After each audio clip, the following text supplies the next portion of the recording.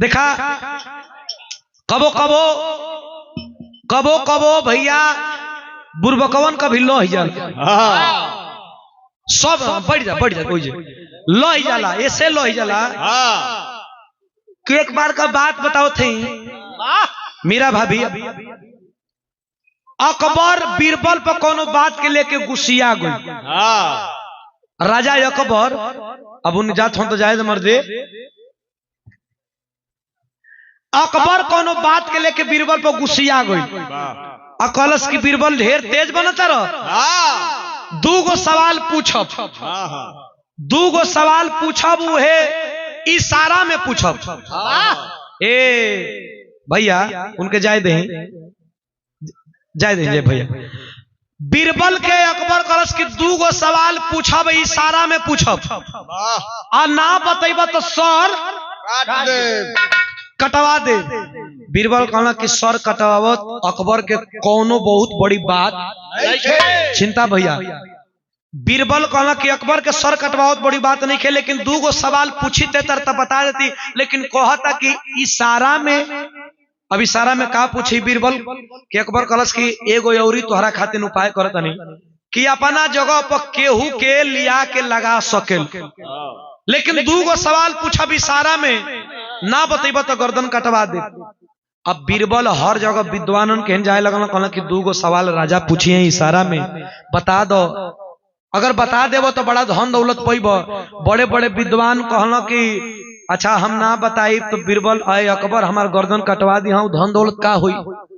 सोचत सोचत जात रहा बीरबल तिल एगो पाल भाई भेटा गया गणेरी वो अहिरे होला लोग ना हाँ वो अहिरा गणेरी भाइये होला।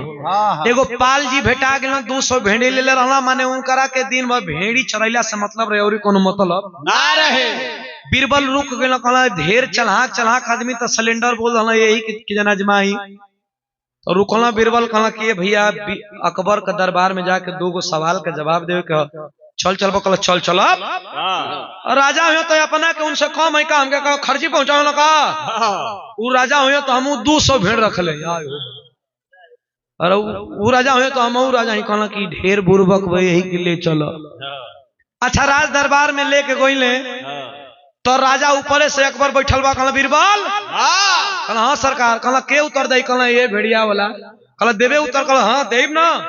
राजा ऊपर से इशारा में पूछत रे राजा एक अंगुरी दिखैले राजा एक अंगुरी दिखैले तो उपाल जी कहला कि वो एगो देखैला ई दूगो राजा कहला रे वाह वाह वाह वाह सही जवाब वाह वाह सही जवाब क्या बात है। फिर राजा कहला कि भेड़िया वाला कलश की अरे कहला रे वाह वाह क्या बात सही जवाब। अब ओकरा के रुपया पैसा धन दौलत लेके या दिया के एकदम विदा भइल। बीरबल का माथा हैंग हो गई जाके राजा पूछला कि कजी अरे का पूछली हाँ का बतैल स तो राजा कहला कि ये पूछली हाँ मैंने बताया एक अंगुरी उठा करके कि अल्लाह एक है लेकिन वो गणेरी कलश की ना अल्लाह एक नहीं अल्लाह दो है मतलब एक अल्लाह ऊपर है और एक अल्लाह आप है। सही जवाब दिला सब। फिर हम पूछलिया कि सृष्टि की संरचना कहाँ से तो कंपनी दिखा दिला सब। अच्छा तो इहे बतिया बीरबल गणेरी से पूछे गए धान रुक रुक रुक रुक भैया रुक रुक रुक राजा का पूछना तू का बतैले कहला का पूछना गईली हाँ तो भेड़ और देखना तो कहता ना कि एगो भेड़ देबे हम कहलिए कि एगो भेड़ ना तू दूगो भेड़